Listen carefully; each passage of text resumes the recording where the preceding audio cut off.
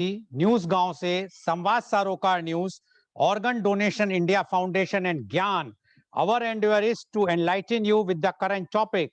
And today, our topic is women and politics.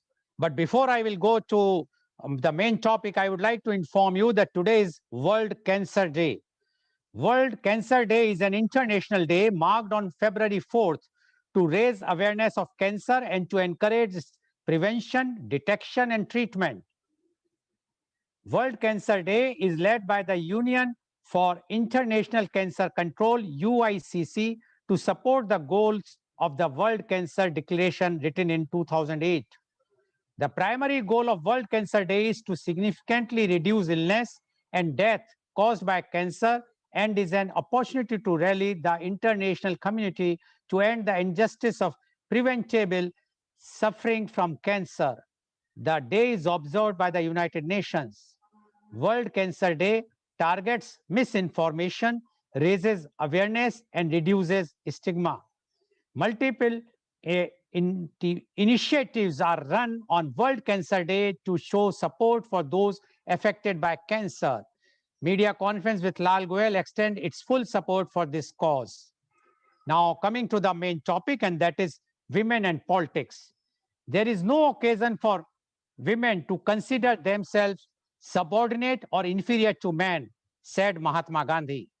For me, a better democracy is a democracy where women do not only have the right to vote and to elect, but to be elected. I think more women should be involved in politics for the good of the human race. Politics is a potent way to empower women.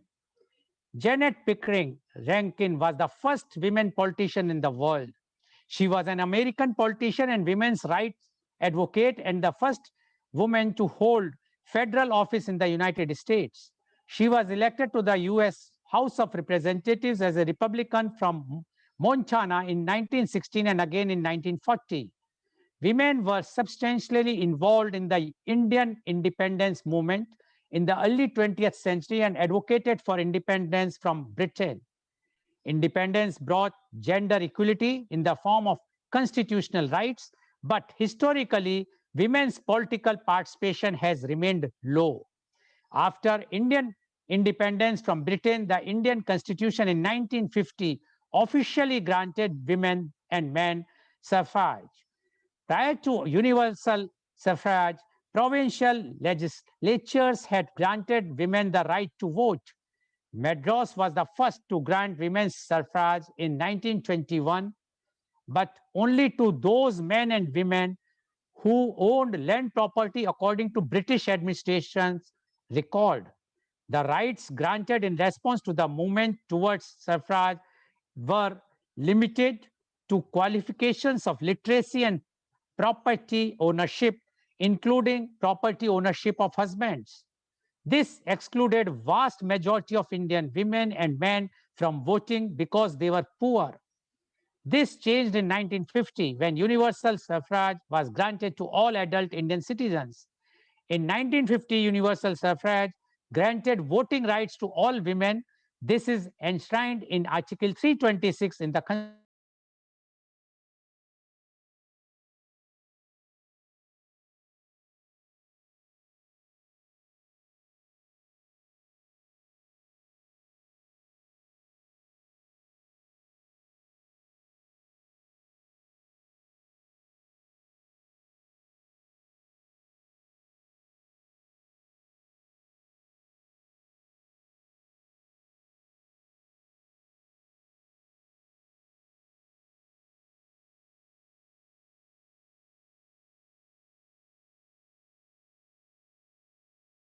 president in 2007. In 2009, Mrs. Meera Kumar became first female speaker of Lok Sabha. The term political participation of women has a very wide meaning. It is not only related to right to vote, but simultaneously related to participation in decision-making process, political activism, political consciousness, etc. Women in India participate in voting, run for public offices and political parties at lower levels more than men. Political activism and voting are the strongest areas of women's political participation. To combat gender inequality in politics, the Indian government has instituted reservations for seats in local governments. Women turnout during India's parliamentary general elections was 65.63% compared to 67.09% turnout for men. India ranks 20th from the bottom in terms of representation of women in parliament. Women have held the posts of President and Prime Minister India as well as Chief Ministers of various states. Indian voters have elected women to numerous state legislative assemblies and national ministry for many decades. While politicians across India are keen to talk about women empowerment and the political legacies of the women remain largely anomalies in the political landscape. The fact remains women are underrepresented in state and national decision-making bodies. According to a report by the Association of Democratic Reforms, ADR, and National Election Watch, NEW, the state of representation of women in the country's decision-making process continues to be dismal, with only 9% women MLAs and MPs across the country in 2019. The lack of women political candidates is a potentially critical barrier to their eventual representation in government. For instance, in India's recently concluded 2019 national election, about 14% of those elected to parliament were women, but only 9% of the candidates were women. So, conditional upon contesting, women exhibit somewhat stronger chances of winning than men. The same holds true at the state level too. As per analyzed data from India's state assemblies over 1980 to 2007, and found that while women comprised 5.5% of all state legislatures over this period, only 4.4% of the candidates were women. In the US, women held 24% of the seats in Congress in 2019, while about 29% of candidates in the 2018 midterm elections were women. In contrast to this large gender gap in candidacy, there is no gender gap in voting in India, with women turning out to vote at the same rates as men in state and national elections after 2010. In the US, women's voter turnout has been higher than that of men since 1970. 48.03% is the population of women in India. Total 78 MPs out of 543 in Lok Sabha, that is only 14.36%. Total 25 MP out of 245 MPs in Rajya Sabha, that is only 10.20%. Now, to discuss this point, today's topic, women and politics, we have a very elite, experienced, knowledgeable panel with us. And I would like to invite my first panelist guest, and she is Advocate Manjula Rao. Advocate Manjula Rao is the senior advocate at Bombay High Court, Mumbai. She is practicing for more than 40 years in Bombay High Court. She was government pleader in Bombay High Court for over 10 years. She was CBI and Central Government Counsel for several years. Supreme Court appointed her to appear as prosecutor for state of Gujarat in Raj case in Vadodara, known as Best Bakery case, where Jahira had approached Supreme Court against acquittal. Welcome, Advocate Manjula Rao, on our show. Please unmute yourself. Advocate Manjula Rao, please unmute. Advocate Rao, you have heard the report which I have read it. Now, Yes. the report is very clear that whatsoever we are talking, equality, gender equality, women empowerment, but when the decision making is concerned, the parliament is concerned, or the legislative assemblies are concerned, the representation of women is very poor. It's approximately 10% or 14%.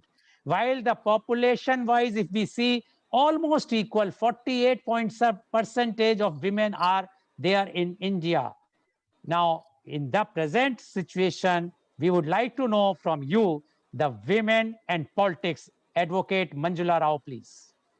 See, now trend is changing. We are finding that the girls are participating in every field, and gradually the media is also reaching the remote area, places in India, and you find that some of these girls who are coming from a very remote places are now actively participating in the politics. Now, for instance, this year, if you see that there are young girls who have stood for election and were elected, and I am sure over a time when the education is spread all over, and the youngsters, young girls who are now very active will participate.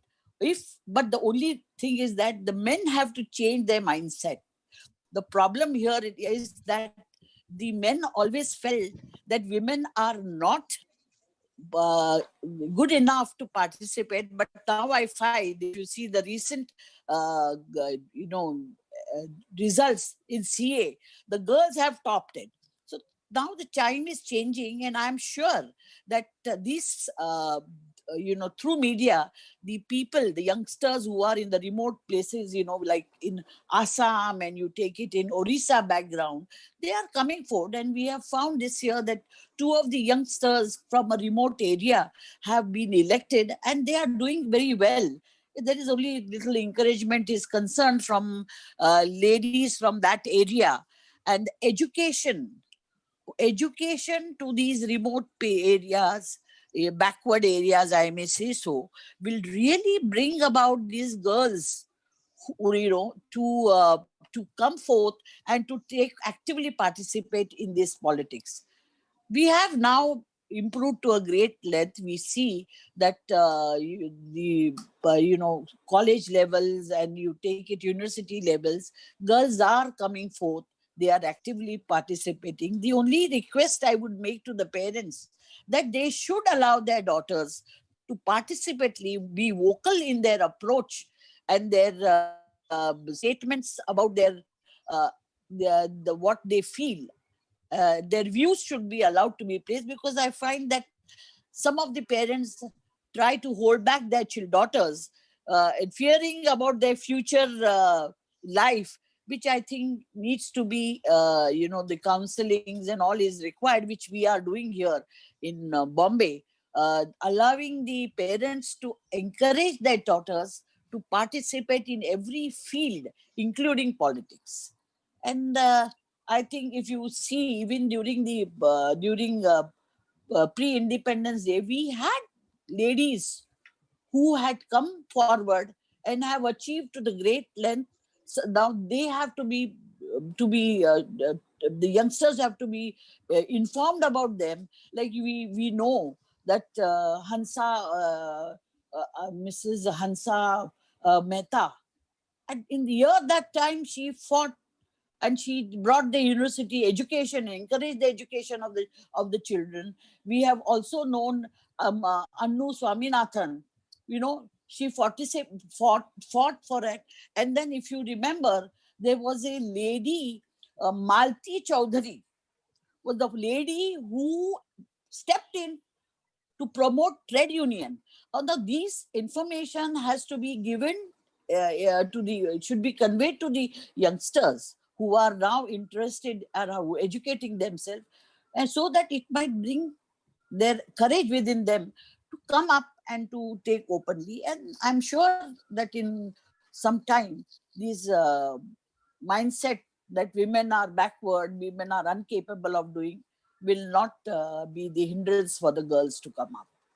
And I personally feel that the such conferences where you invite youngsters and show it to the young, convey it to the girls who are hesitating to participate, will give them courage to come forward and participate openly in the political agenda. But what is little is that we find that at present only the family are encouraging their daughters. You will see the girls who are now in the politics or women are in politics have a background, a family background. They are sort of a representative of their family.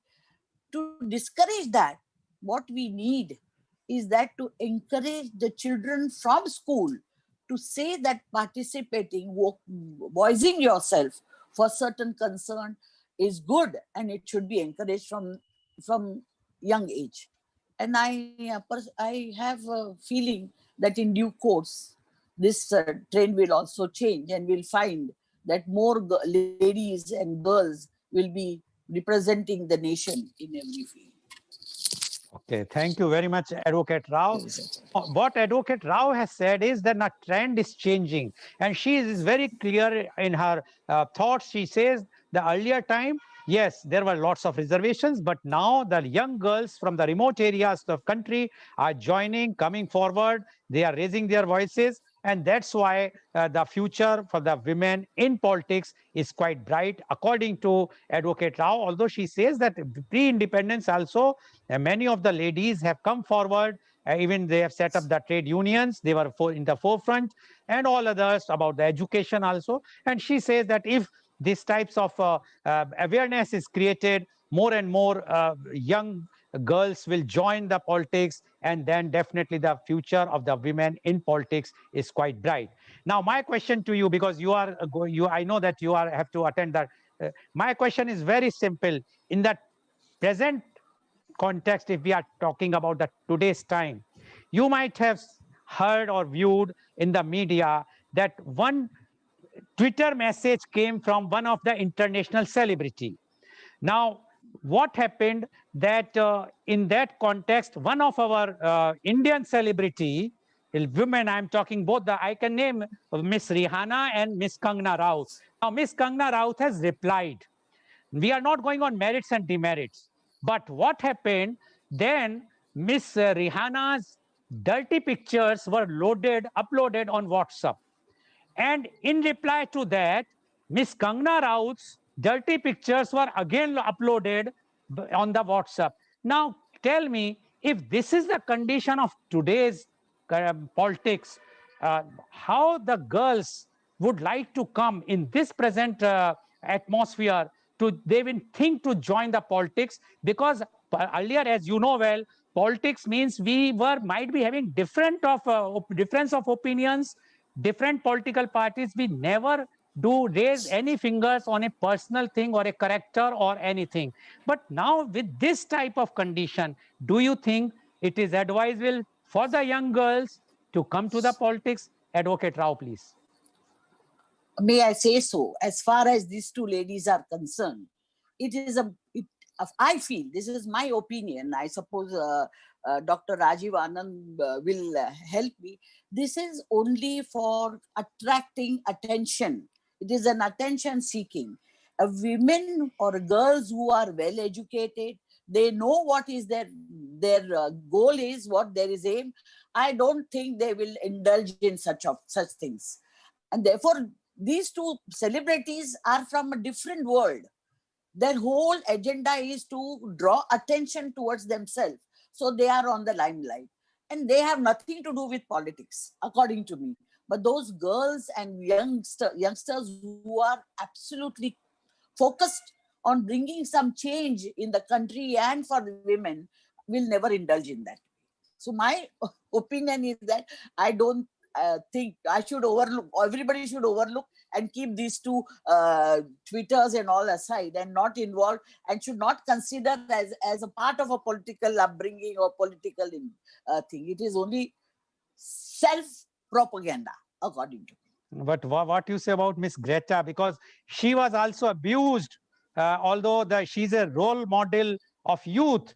She's the young role model, and she's the girl who has even said on Mr. Trump, she faced Mr. Trump's boldly. And if she was abused by Yes. the Indian, by our people, for whatsoever reason, we are not going on merit. do you think it will not give an impact of a young girl thinking that if such type of the abuses they are going to hear, if they will say something, because politics cannot be in one-sided, it has to be two-sided. Either you are in favor of the Absolutely. government or against the government. It's a democratic process. Now, what will be the impact of Miss Greta's thing? You will say It's not only in politics, but it's in every field. If you see, take every field where women are stepping in, they have faced it, and they'll continue to face it. Therefore, I feel that only those who have courage and are able to fight will survive.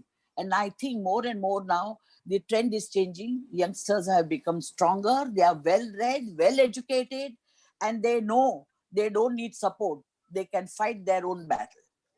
thank you, Advocate Rao. We know you are such a courageous lady that you fought 18 months case of Best Bakery and got 9 accused convicted out of 17. It was a great feather, I must say, on your cap, because it was not an easy case. And in that case, you got the success and you got the laurels. Hats off to you. And I'm sure the young generations or young youths who are watching this program must take the encouragement and listen what she has mentioned to come forward and join the politics or give your thoughts openly, but in a limited way. Limited means in a dignified way. Thank you very much, Advocate Rao.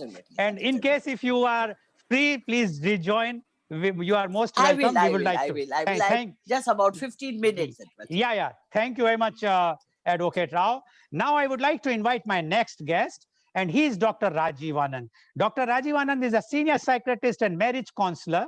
Dr. Rajiv Anand passed his MBBS in 1976 and did MD in psychiatry in 1980 from King's George Medical College, Lucknow.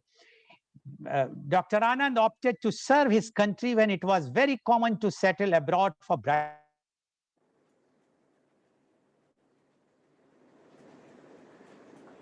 He has clients all over India as well as in many other countries. Dr. Anand was honored with Lifetime Achievement Award by AMA. He has conducted more than 3,000 workshops for different groups and companies with audience size of 10 to 800. His television program on various channels have been widely appreciated for his forthright and practical approach. He is leading in the field of mental and emotional well-being for 40 years. He was president of IMA for 2 times. He was interviewed in several talk shows in domestic and internationally. Welcome, Dr. Rajiv Anand on our show. Dr. Rajiv Anand, you have heard what Senior Advocate Manjula Rao has spoken. And she believes that the youths have already started joining the politics. And she says now the youths from the remote area or the far areas are coming to that's a very welcome sign. And only thing is the man has to change the mentality. They are double standards. So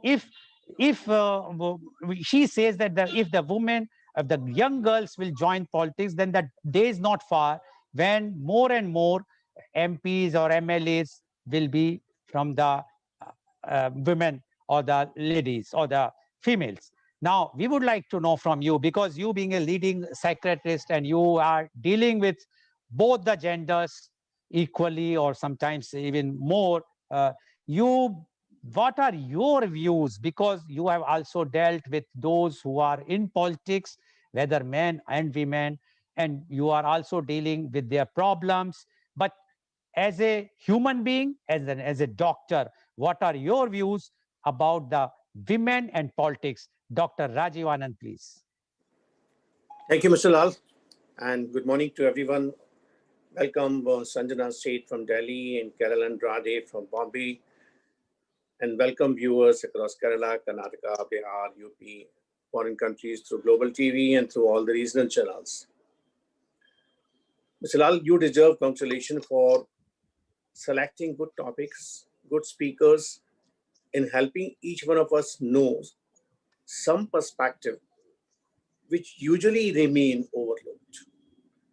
When we all gather for such kind of program, we listen to each other. So we come to know different dimension which we have never thought of so far. That applies to me too. Usually I do not prepare for any of my program. I just keep on thinking in my mind an hour or two before in the night in the sleep. So I was thinking politics has come to stay as a dirty word these days. If I tell anybody in my in my social circle, I'm going to politics, they would look at me with bewilderment, as if they're asking me the question that, have you gone mad? That you are a doctor, you're a psychiatrist, you're doing well. Why going in politics? So even if I say that I'm contesting corporator election, even then they wouldn't be satisfied. Why politics? You are a professional. For regions, very obvious to most of us, the word politics has become a different word, different connotation, different meaning these days. And this slightly dirty connotation or dirty interpretation of the word politics, which originally it never was, is courtesy because of certain people who came into the mainstream politics and they appointed themselves as politicians. Now, I'm not talking on any debate of any regular channel of this party or that party. I'm much beyond it. I'm not accusing any color. I'm not accusing any particular this color or that color. But somehow the politicians have acquired a different role than they were expected to. If I may go back 60, 70, 80, 90 years back, who was called Raja? What was called Raj? What was called Rajniti? Who was called Rajneta? That was a responsibility given to someone with impeccable character, with trustable qualities, with immense ability to manage society, to manage every section of society, poorest to the richest, most educated to the most illiterate, most have to most have not, most endowed to most deprived, and take them together and keep them together cohesively. And Raja was supposed to bring, I'm not going to 100 years back, Raja, even Rajneta was supposed to bring the best out of each other and encourage, motivate, egg on everyone to give his or her best and let his best benefit all others in the society in a very, very honest, very above board way. That was originally Rajneta. That was originally politician.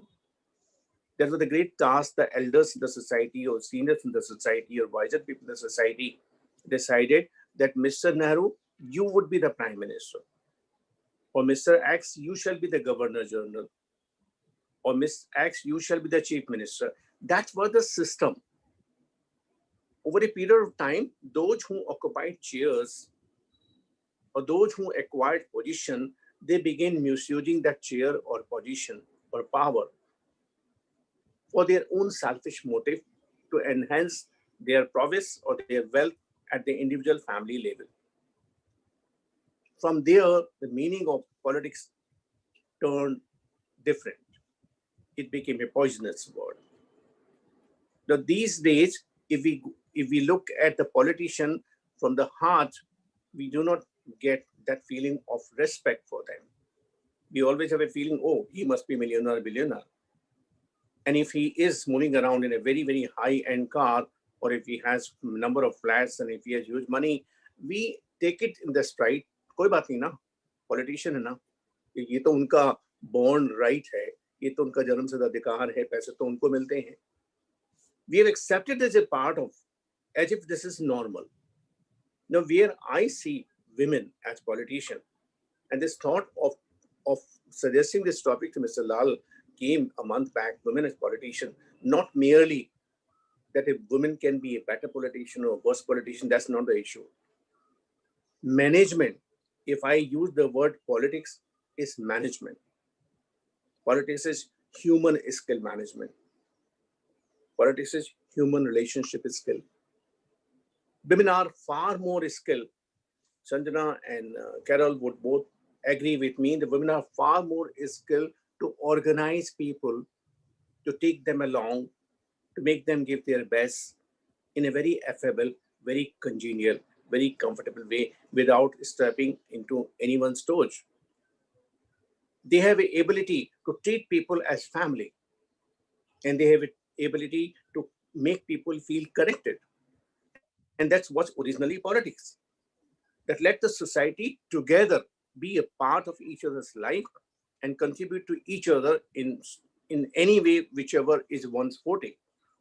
So women were traditionally treated as housemaker, maker of the kids, making the food, running the kitchen, taking care of the family's nourishment, and that the role traditionally it was.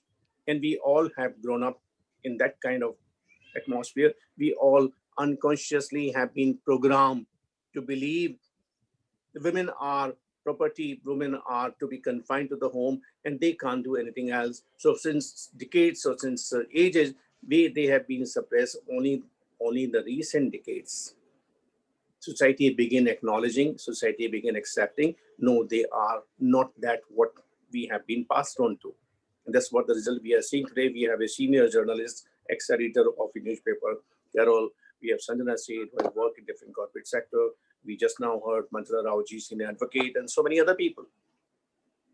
Women, not merely as a politician, they have all the powers, they have all the abilities which a man does have, provided they're accepted, they're appreciated, and they are respected.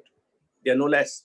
Whether we call it Golda Meir, whether we call it Bandar Naike in Sri Lanka, whether we call it the lady who was in UK, the Prime Minister or so, or whether we call Ms. Indira Gandhi, or whether we call other leaders in different areas, different countries.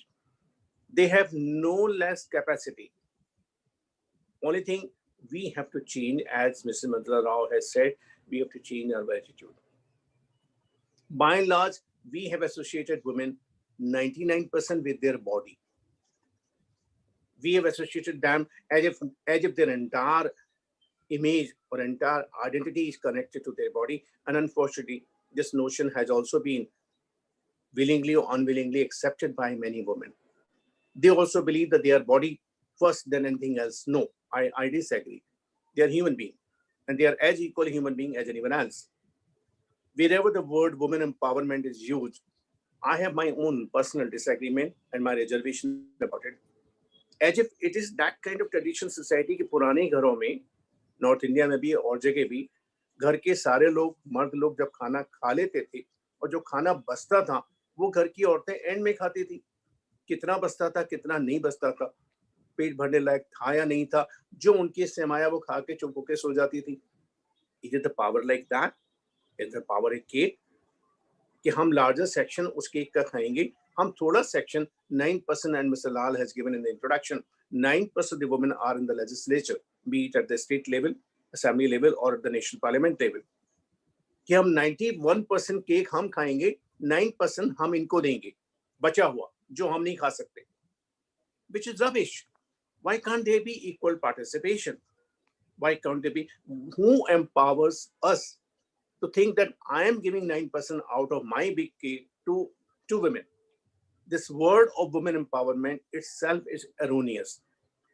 As if the man is the sole inheritor or sole owner of that property, called whatever, property called politics, property called rights, property called different kind of powers, and he would allow women to find, tum ye cake ka chota piece le lo. That means the attitude is there that even though you don't deserve it, even though you are not capable of shouldering the responsibility, it's my magnanimity, it's my party's different rules that we are allowing you. Why? They are equal. Why can't we treat them equal? God made them equal. Now, we stupid people always think that they are body, and we think that certain unique dimension or unique character or unique composition of their body makes them feel inferior. That's very shallow thinking on the part of the male, because most male are not enlightened, educated on this matter. God made them equal. God didn't make them inferior. Who gave us that erroneous interpretation that they are inferior than us?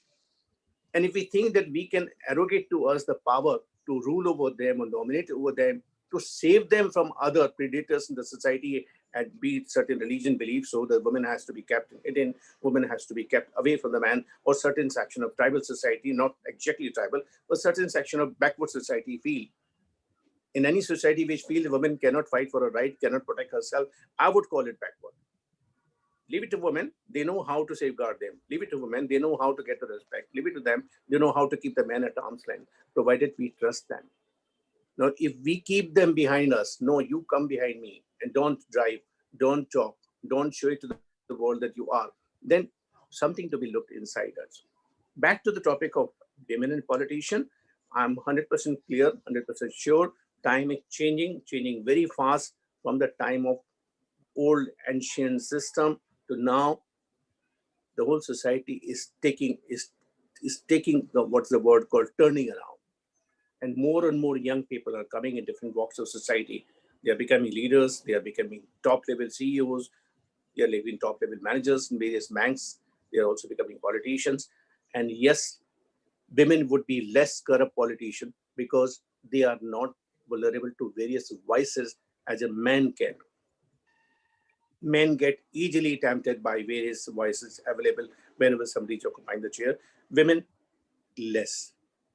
We all would agree that how many women we have heard about having huge wealth amassed because of political chair.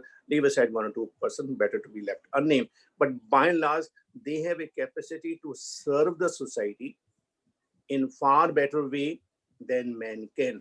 I would very strongly recommend all those who are listening to this program, courtesy Mr. Lal and V4 TV, that let all of them think about the best way to serve society is that you take some role at the political platform, and let more and more people come on the political platform. Let this not remain dirty word any longer. Dirty it becomes when you are extremely selfish and you throw the society's interest to the wind and you take care of only your interests. So I would leave it at this point, waiting for the second round whenever it comes. Thank you, Mr. Lal. Thank you very much, Dr. Anand. And I will just I will just stress on one point which he has highlighted, and it's a very interesting point. He says, "What is women empowerment? Are the men are supreme power, or are they are the holders of some power that they have the everything with them and they can just give some?" And in context of politics, he says, when there is only 9% share or 10% shares in the legislative or in the parliament, is it a man's right on the or the monopoly on the power politics? No, according to Dr. Rajiv Anand, the man doesn't have that power. No one has given the power to men. Then why they are giving like a small cake to a woman? Okay, you just eat this thing. This is your seats, number of seats or whatnot.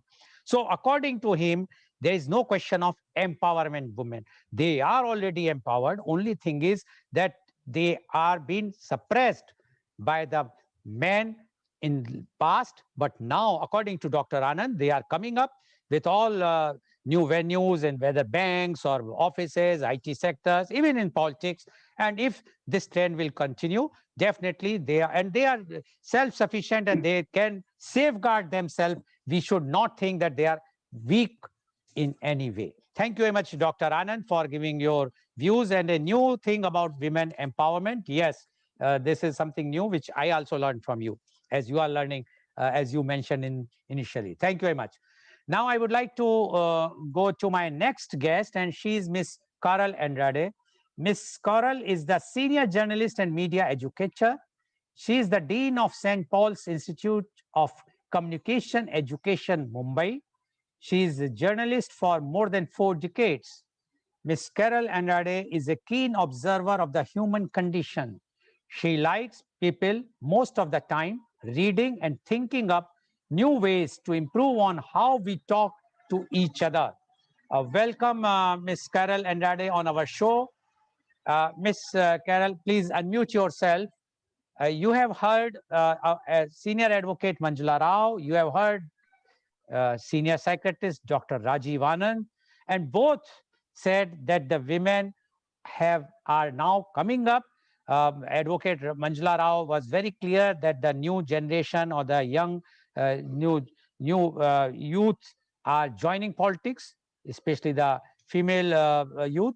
And Dr. Rajiv Anand is very clear. He says there is no question of empowering them. They are already empowered and they can safeguard themselves. We need not to safeguard themselves. But only thing is the man is monopolizing on many sectors. They doesn't want that the women should come forward. Now, we would like to know, because you are such a senior journalist and you have seen so many, all the political parties across the spectrum very closely. So we would like to know from you, the women and politics, Miss Carol Andrade, please. Good morning, and it is an honor to be on such an august panel, including you, Mr. Goel, Dr. Rajiv Anand, whom I have known for a long time, Sanjana Grover, a familiar name, Manjula Rao, an even more familiar name. And thank you to V4NEWS for this entire exercise. I must confess that the choice of topic for today has given me problems, not because it is unimportant. Both components of this topic are super important. But I found it very difficult to put anything together because I wasn't sure what this panel expected. Did they expect me to talk about women in politics? Did they expect me to talk about women and politics? Did they expect me to talk about women affected by politics? Because each of these three subjects, in each of these three subjects, the thought process is so different. So I made my own choice, and I hope that it would be acceptable. I am going to talk about women in politics and keep crossing over to the other subjects as well. Now, another thing I find a little uh, disconcerting is that all of you have come complete with facts, with figures, with statistics. And that is the first go-to thing that journalists normally pick up when they are preparing for these subjects. So now the entire panel and all those who are with us on the YouTube channel are familiar with the dismal kind of uh, statistics that were first brought to you by Mr. Goel, and then they were added to by Dr. Anand. But I think that we need to reiterate them again and again. The other message that we have got is that everything is very hopeful, it is optimistic, and more women should join politics because it is the only way to go. They have also, they don't need to be empowered by the men, that they already have their own powers. How I wish all of that was true. But it isn't. As we begin this panel discussion, the first thing that is uppermost in my mind is what Mr. Goel referred to, at first very discreetly, and then he brought in names for which I was thankful. And I'm talking about this Rihanna run out controversy that has erupted over a single thing that the American celebrity said, which was, why aren't we talking about this? For myself, I wondered why she thought we were not talking about it. But then I realized, and I think that this is true. She was talking about numbers. She was addressing her own followers, and there are 100 million people of them. They will not be followers only in America, they will be followers all over the world. Now, can you imagine those people who are only interested in Rihanna, which is why they follow her and they don't follow me? They are going to begin talking about this because Rihanna says so. She is not saying interfere with the government of India or anything. She's asking, why are we not talking about it? And it's true, while we live in the Indian bubble and everybody seems to be talking about one thing, the truth is that they're not. Even in India, we are not talking about it. A bubble is a bubble. It makes us think that this particular thing is all important when it really is not. So if you understand how technology works, you will understand what Rihanna was trying to do. And what has the repercussion been? Disgusting, traumatic. I would say not so traumatic for Rihanna, but it is traumatic for those people, those women standing on the sidelines and wondering, is this what is in store for me if I make a political statement? But Indian women are as courageous as they come. They have gone ahead not only and made statements, but have gone ahead and taken part in politics. For Rihanna, what has been the result, especially among what we largely suspect is an Indian troll camp, is people actually saying, we heard you were beaten up by your ex-husband or ex-boyfriend. You deserve that. Can you imagine? This is what we have descended to. Can you imagine the kind of patriarchy, the entrenched venom that women in India must face if they go into politics? How can you encourage us to go into politics? Men cannot encourage us because their encouragement is always conditional. It is women who must encourage other women to go into politics. Think about it. In America, during the last election in 2020, when the campaigns began, there were 6 women who were actually running for president. President. Among them, women of Indian origin, Kamala Harris and Nikki Haley. And we know how that has all gone down. We know what has happened. It's all been wonderful. America also has the highest number of women.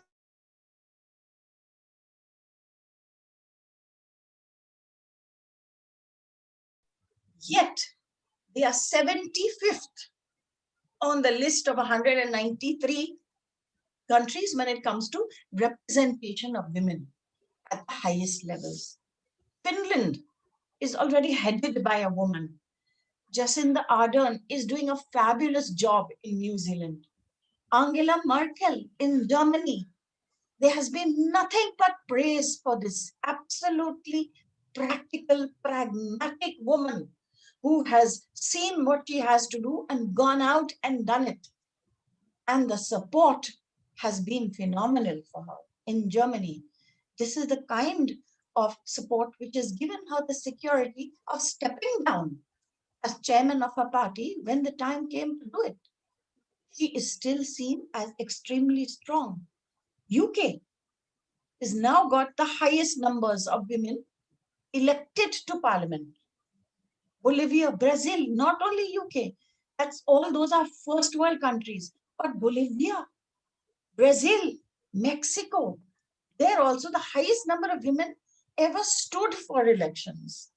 And what about us in India? What about us in India in 2019?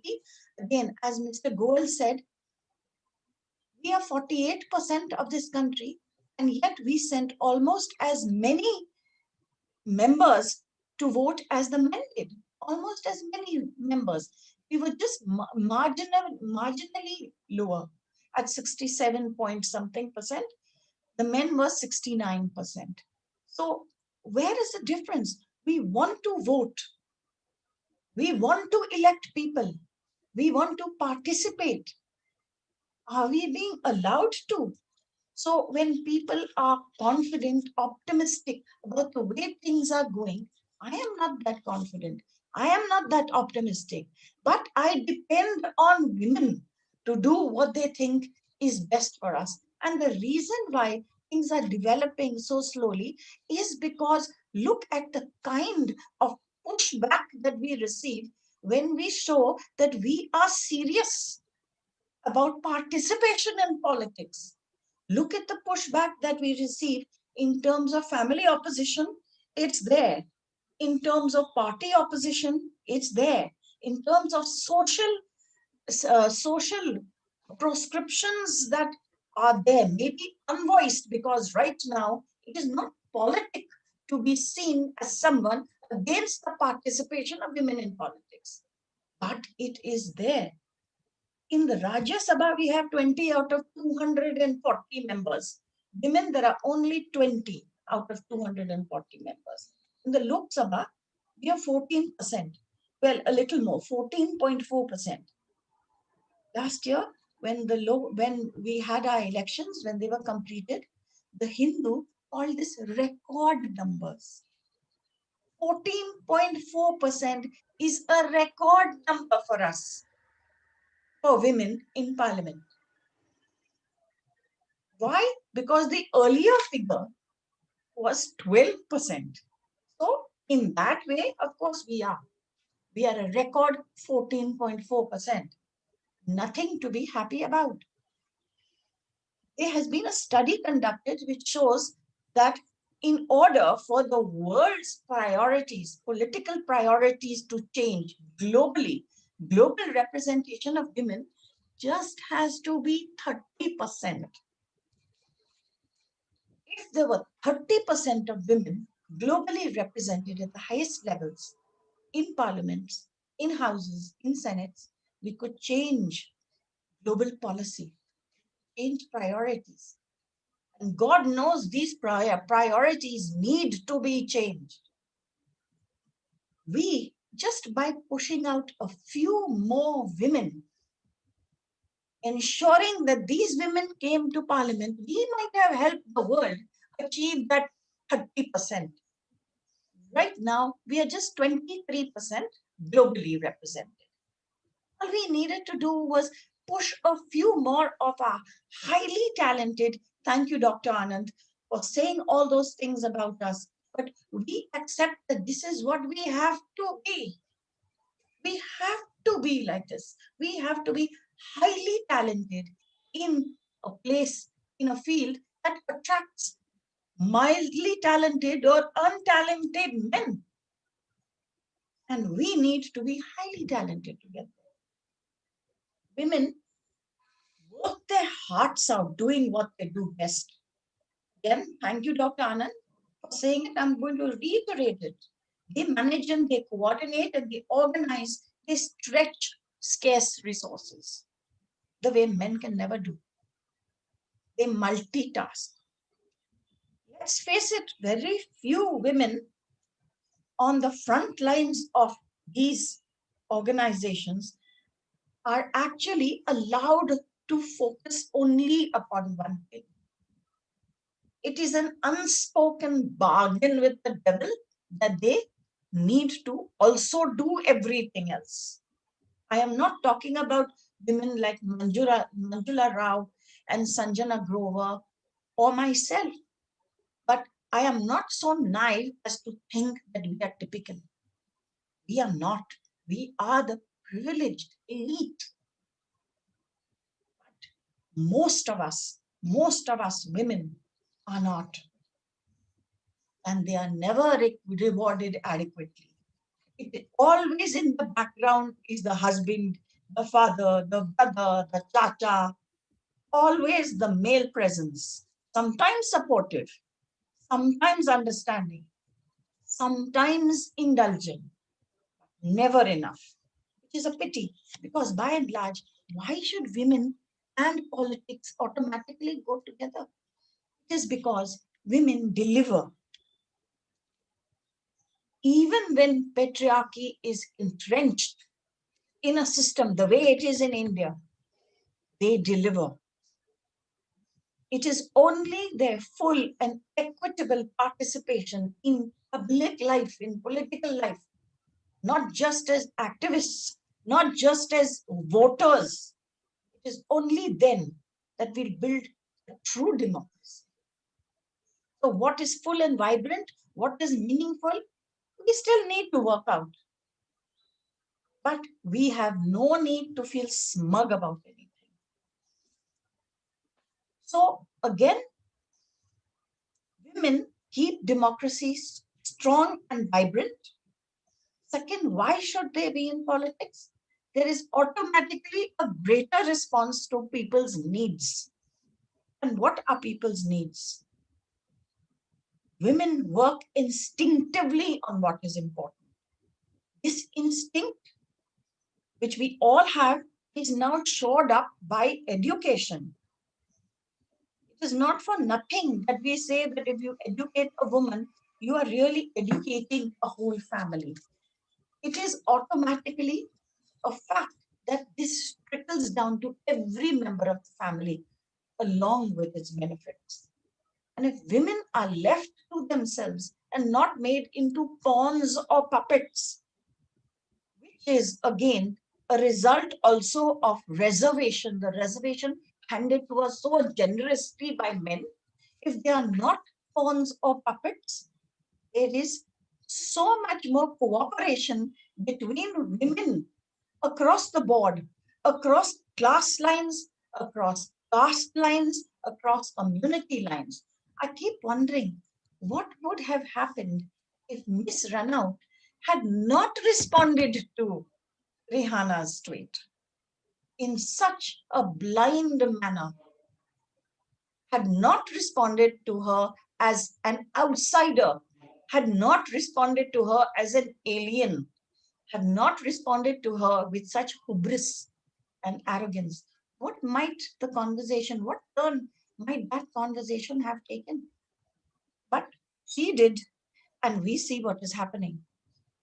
But in the normal course, women see themselves as belonging to a sisterhood, whether you call it a sisterhood of the traveling ants, or as I prefer to call it, a sisterhood of suffering. And I am not being dramatic when I say this. Women know how to suffer. And this is what unites us. Across countries, across classes, across cultures, across communities, this is what unites us, that we automatically gravitate to one another. For us, this world has been inimical, and still we don't forget. We don't forget what is important to women and what is important to the world. We understand that families are important, people are important, marginalized are important, the vulnerable are important. My God, all those questions and that massive discussion about whether our children in creches and in Bal Niketans for their midday meal need to be given eggs or dal, because we are talking vegetarians versus non-vegetarians, and with such a patriarchal power behind it. If it was just women, there would be no discussion. You look at the child and you think of what the child needs more than your political exigencies, and you would do accordingly. I keep thinking, if it was just women in charge, or women with greater numbers in politics at a global level, by now fossil fuels would have been erased. No woman likes to travel 3 and 4 kilometers looking for wood to set her fire, her home fires going. No woman likes to walk with a handi on her head looking for water. We would automatically realize the policies and the political priorities that govern what we are doing to the environment. We would be able to gauge them, to evaluate them, and see how they affect all of us. And we would act accordingly. Why was Shaheen Bagh finally considered right at the start to be such a dangerous movement? It was because there were old women in charge. Why is it that people now look at the farmers' protests and get more and more frightened? It is because they are looking at the increasing numbers of women in charge. Increasingly, women are now coming out and making the presence felt. And these are all political statements. We have to realize that practically everything we say publicly is now also the political. We have power. We should learn to take it back for ourselves. And we are doing it. What else would account for the fact that there are numbers of fearless women who are going out and creating a form of political activism which is entrenched in the practical. They're going out into tribal areas, they are doing the work. These are all seen as political statements, and in the end, they are political. Because we have to remember that when you think about it, political is good. Women are good. And there is no reason why the one should not cleave to the other. Thank you for giving me this opportunity. Thank you for listening to me. And thank you for bringing Thank, us onto this platform together. thank you, Miss Carol. And she has very forcefully put her views, and she says whatsoever we are talking, the numbers, yes, the numbers are very poor in India as far as the parliament and legislature are concerned. And she says she has given the examples of Rihanna as well as Shaheen Bagh as well as the farmers agitation. I would not like to enlighten go further in that, but I will only say what she has mentioned, one thing very important. And she says that as far as the, if the women will be given the power, they would have taken very good decisions which the men are not taking for some their political reason and whatnot. And she has given an example of midday meal for this, whether the child has to give an egg or not to be given, whether it should be given vegetarian or not to be given vegetarian. She said the women can decide by seeing the child or knowing about the child requirement, not on a politics. So according to her, the women are already in political field, but definitely they are not being given a proper chance, and that's why they are being deprived with the power which they are entitled. And but she feels that in like all the movements now, the women are participating and they are making their inroads in politics. Thank you very much, Ms. Carol, for giving such a enlightening talk today. I'm sure all our viewers might have been enlightened what you have said. Now, I would like to invite my next guest, and she is Ms. Sanjana Grover. Ms. Sanjana Grover, professionally, Ms. Sanjana Grover can qualify as a generalist. I will just say she's not journalist, but generalist with over 25 years of experience in for-profit and non-profit sector. Viewers, the generalist means she is a multitasking and she can do anything. She knows almost all the subjects, or I will say, I will not term as a jack of all, but I will say master of all. Uh, that is the meaning of the generalist. She has worn several hats, having built relationships, done business development, fundraising, created and negotiated meaningful partnerships with current focus on consulting for the non-profit sector. Sanjana and her son live with her geriatric parents. She is currently pursuing her hobby of storytelling via her YouTube channel, Life Begins at 40, that brings stories of ordinary human extraordinary achievements. Welcome, Ms. Sanjana Grover, on our show. Ms. Sanjana Grover, you have heard the earlier panelist, senior advocate Manjula Rao. You have heard senior psychiatrist Dr. Rajiv Anand. You have heard the senior journalist, Ms. Carol Andrade, and now we would like to know from you about the women and politics. Ms. Sanjana Grover, please. Mr. Lal, thank you so much for inviting me to be a part of this very respected panel. I have heard all of you and I have taken something back, learned something new from each one of you. Thank you for sharing your views, and thank you to V4 News and everyone who's watching this right now. Um, you brought up some very interesting points when you were sharing our country's figures with us and telling us that despite the reservations for women in the local government, that we still rank only 20th from the bottom rung when it comes to our participation. Moving on to Manjula ji talking about how the trend is changing and girls are participating more and more, standing up for themselves. I appreciate Dr. Rajiv Anand and his views brought me to a thought process that politics flows across all sectors and sections of the society as a set of activities that are associated with making decisions, as I understood it, and in groups. This is a form of power relations between individuals and bases the distribution of resources and the status. Carol, you brought up some very, very important and critical point of views when you said that women must encourage women themselves. And they possess certain qualities which are unmatched. Having heard all of you, I would like to start on the premises that in my thinking, women and men complement each other. We are the yin and yang. Not one is complete without the other.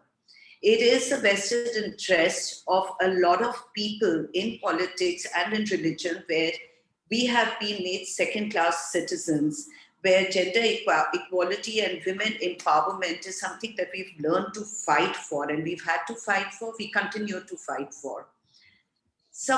I would like to cite an example. I have varied friends from varied backgrounds, from various sectors, from, various socioeconomic statuses. And what I have seen is that, what my learning has been is that all of us need to learn how to bring up our children the way the armed forces personnel do. They do an exemplary job of bringing their daughters up and bringing them up with the thought process that they're equal citizens and that they have the power within themselves to be able to take charge of their life, to be able to take stock of their life and empower other humans. It's not just about girls or boys. I have a son, I'm a single parent, but I have brought him up to respect women, to treat them right. And that is something that is my contribution to the society, as it should be each woman's contribution to the society. The men have no say in this. The day we listen to men and let their physical brute force over ourselves scare us and make us take a step forward is the day we lose the battle. We always have to remember that we are empowered as human beings, that whatever the statistics say, it is most important for us to go with the thought process that we are no less than others. And we have ample proof of that. When you look at it, yes, I know that the situation requires that there are special reservations and quotas be saved for women in various sectors. I know that women in corporate sectors get paid much less than their counterparts, male counterparts, for the same work in a lot of places. But I also see that trend changing. I also see certain benefits being given to women that the men don't get. It is how much we appreciate and move forward with what works in our favor. Our own country, I say that the society's exclusion of women from leadership positions in public life keeps the society from benefiting from the special contributors that women are. The society is patriarchal, I understand. Within that, women can bring about a significant socio-political change. Their participation, a woman's participation, automatically lets in a broader array of voices, and which is very important for the growth of the society as a whole, complete growth of society. And I would say, as Carol very rightly pointed out, the recent example of COVID has been so heartwarming. The news has been awash with countries led by women who have handled coronavirus so beautifully, much better than their male counterparts. You have New Zealand, Taiwan, Germany as shining examples. Closer home, a public health system is carried on the shoulders of our Anganwadi workers who are all women. Agar wo na hoti, to our public health system would not be as strong and resilient as it is today. I see a lot of examples. Yes, I know that there are various complexities involved. There are very many challenges that we have to face. But I would say that the women are still coming forward. And closer home, Kiran Majumdar-Shaw has been my greatest inspiration in her path-breaking work. And Indra Nooyi, who has taken PepsiCo to the glorious heights that she has. So women are nurturers by nature, by virtue of who they are. They have the ability to bring things together, to bind things together. They cannot put up institutions, but they are the most wonderful multitaskers. They are the most talented, I would say, human beings who can troubleshoot. You look at all of us, women have been able to do so much in so many areas of their lives and balance it. I have friends who head APAC regions for their countries, who are CEOs of their organizations, and their ability to manage their children, bring them up in a very balanced manner, manage the home, and yet be compassionate and a kind boss, always having the time to lend an ear to their colleagues, is exemplary. It's outstanding. And they seldom stand, I also see that they may seldom stand up for themselves, but they definitely do for what they believe to be right. They will never step down if they see an injustice being done in front of them. I find women to be compassionate and empathetic, yes, much more so than men who have a single minded focus. They're considered better at creating a safe and respectful work environment. As Mr. Lal mentioned, I also run my own YouTube channel called Life Begins at 40. And the purpose of running my channel was to bring life stories of women who have overcome, their financial, their health, their relationship karma to reach their highest potential today. And all these women have been an example for me. I also interviewed my help at home, who was beaten by her husband consecutively for several years. He one day pulled her hair so hard that a patch came out and she had to get stitches in her head. After that day, she stood up for herself. She picked up the balan at home and hit him. And now today is the bread earner of the family, has built a house for herself and is educating her children, both girls and boys, to ensure they never have to face the trauma and the hardship that she had to go through. So when I was going through, when I've been interviewing all the women on my channel, what I have realized that the certain qualities which is common across all these women and which I have taken from the Harvard Business Studies is that these women have demonstrated less overconfidence than men. They have been, they have had to over-prepare because the society does not accept women very easily in their midst. The men will pay less attention to women when they are with them. And therefore, they've had to over-prepare, work harder to prove their competence and their performance. These women have led through inspiration rather than through the carrot and stick approach. There has been a great display of the combination of EQ and IQ. These women put their people ahead of themselves. They are less self-centered in their style of leadership. They have an emotional connect and empathy, and they elevate others, less transactional in their approach to relationships. They are more strategic and compassionate, kind, honest in their relationships. They are not looking at the end results. They are humble. And I have been practicing Buddhism by Nichiren Daishonin, and he very rightly says that women are the sun of the earth and have an untiring ability to give hope and strength to people around. They bring the light to this planet. And in the end, all I would like to say is that as women, it is our prime responsibility to uplift, encourage, and take women forward, not bring each other down. And once we set that example as mothers, as daughters, as wives, as colleagues, as friends, then we can look at there is no man who can defeat us. So the horizon is bright, the horizon is vast. It is women who have to take the power within their hands and stand up for themselves. Thank you.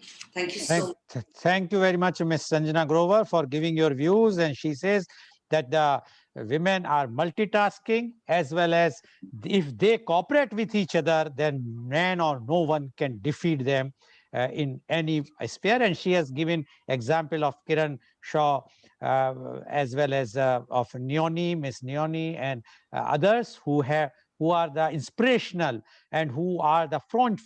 And she says that the women can do anything Only thing is that the man is not allowing them to do it, but now the time is changing, and according to her, if the women will support with each other, they can do whatsoever they want to do to achieve their goals. Thank you very much, Ms. Sanjana, for giving your views. Now my question goes to Dr. Rajiv Anand.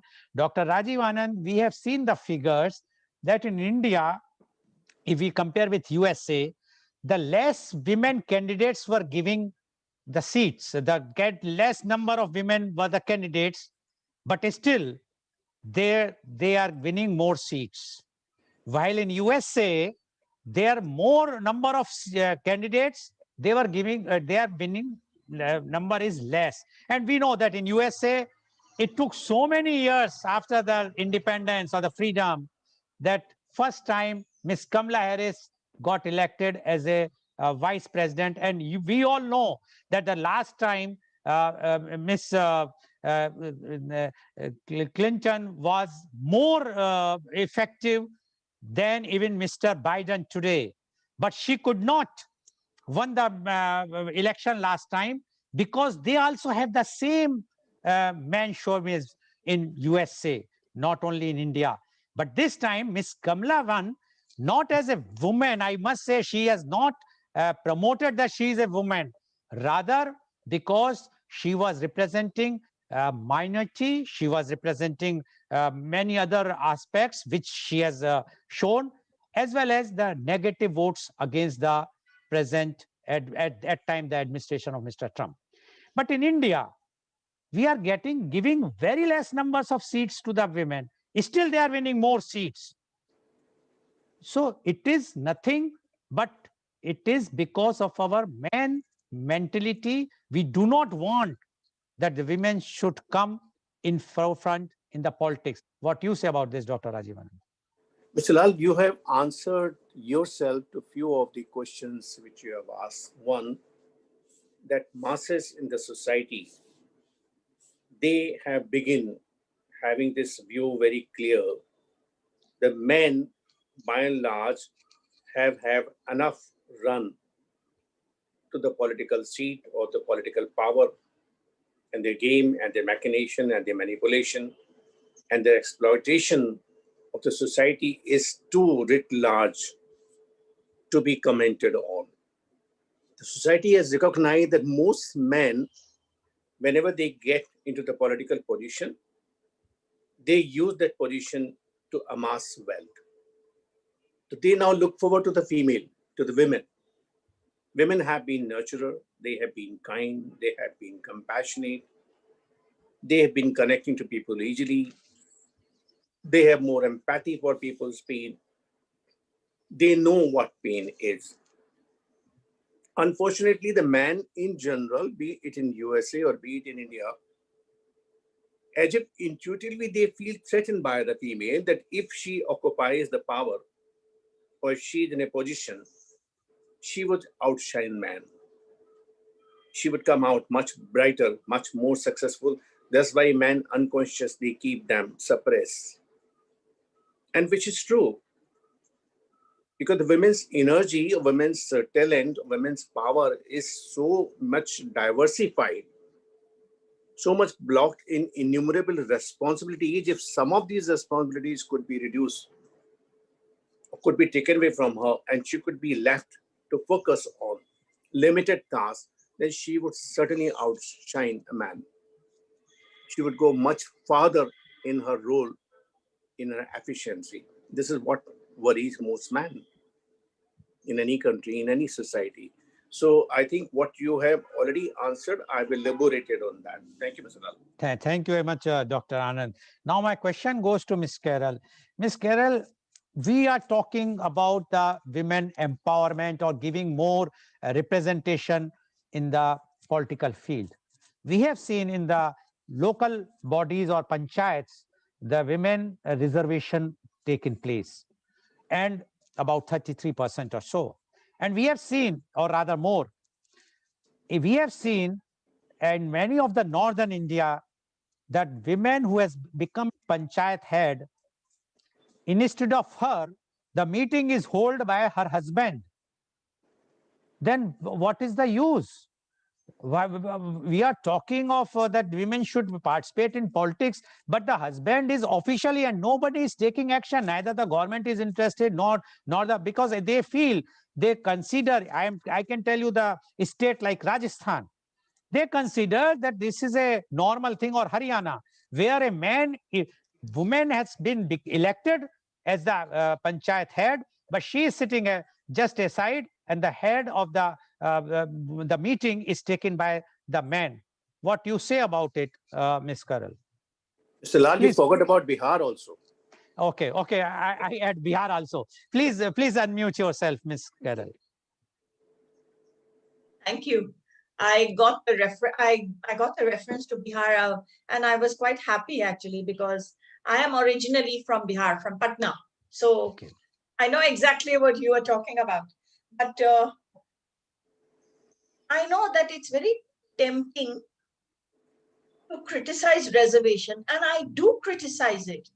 But I criticize it because it is a fake construct imposed upon the political system as a kind of sop for all those bitter critics of what should constitute a working political system. 33%. Why are we, constrained to 33%? What is it that stops us from actually sending out a lot of women candidates for elections and letting the chips lay where they fall? So if a woman is elected, it's fine. I mean, it's correct. It's that women should be elected if she is what people of a particular constituency want. If they want this particular woman, she's a good candidate. She is standing for elections based upon her track record. What is wrong with that? Why should we have this artificial construct? Why should we have this artificial proscription upon numbers? Why should we have these constraints? If women are not fit to be elected, they shouldn't be elected. But if women are fit to be elected, why should we cap their election numbers? This is what causes the entire process to be what it really is, a fake thing. And that is why women are not able to operate, they are not able to bring to their jobs the full extent of their powers. It is because we all know, and they also know, that they are there. Many of them, not all, most of them are there at the behest of this horrible patriarchal system who says, you are here because we let you be here. Till women realize that they should really be going out and fighting on their own. And of course, again, when you talk about going and fighting on your own, it's so glib. Where are they going to get money from? Where are they going to get all this done? So you need to change that as well. Okay, thank you very much, Ms. Carol, for giving your answer very forcibly again. Now, I am coming to Ms. Sanjana. Why blame man? Man is not against women. Women is against women. You are 48%. Why you are not electing your own MPs or MLAs? It's your fault, not the man's fault. You are saying man has not given. No, man has not stopped you. You can very well stand in the election, but who is going to give vote to you? Women will not give you vote. They will go on the party line, or they will go to Bahubali. They will go to a person who is a money fellow, who is this thing. Now, this is why it is the real fact. If you all are united, 48% seats will be in the parliament as well as in the legislative council. Then don't blame us, Miss Sanjana. I like that. That was a very, very strong question and point of view. But only 1 minute, please. Time is. So all I would like to say is that this is the challenge is far more complex than we can discuss in 1 hour. the layers are so deep. The women may want to do certain things, but they also live in and are tied by a society. They are also tied by their upbringing, as I said. I don't blame men. Yes, but however, men do use their physical and their financial power over women. How many women do you hear are raping men as against men raping women and children? Yes, that is a hard fact and it stays. Within these constraints, what can we do is what we are here to discuss. I will still say that women and men both have a shared responsibility to bring a future generation, to bring up a society that is respectful, that is dignified, and that gives each other the responsibility and the opportunity that is each other's due. I am not here to tell anyone what to do, what not to do. And this starts at a very basic level. Just as men are not here to dictate to us. My current help is running the house. Her husband is not an earning member, but he still bosses over her. Okay, He does okay. We got your answer. not. Yes, the bosses is there. Responsibility. Yeah, thank you very much, Miss Sanjana. So today you have seen that how the women who are more capable, more honest, and more intelligent, as our panelists have mentioned, can very well rule the country. And they have shown earlier times also we were having president, prime minister, chief ministers of many states. But the representation is very less. The people, the girls or the youth or even the ladies, the women are not coming forward for the politics because the politics, as one of the panelists has said, is a dirty world.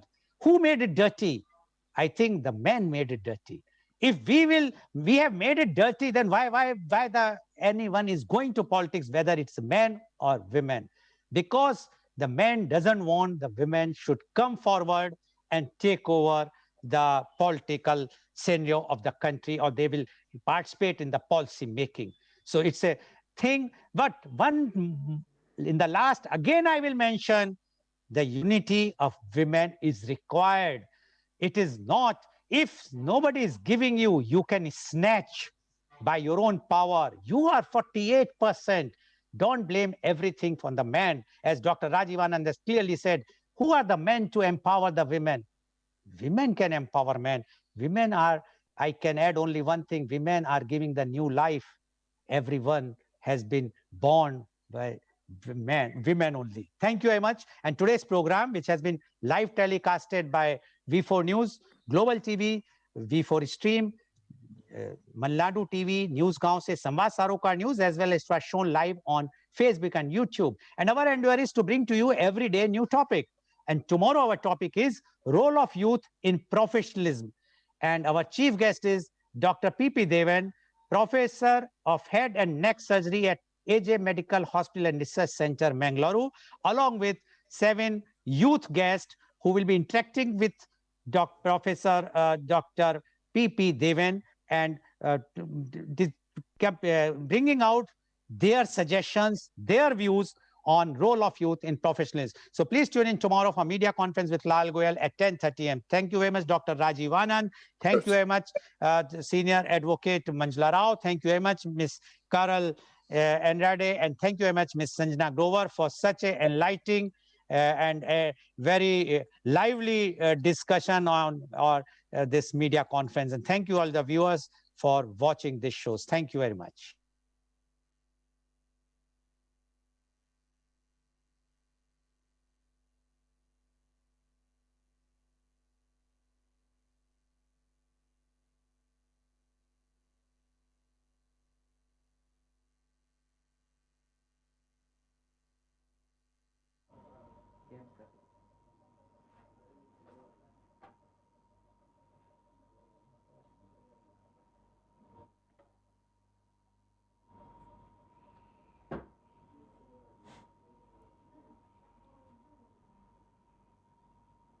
Fala aí, cola.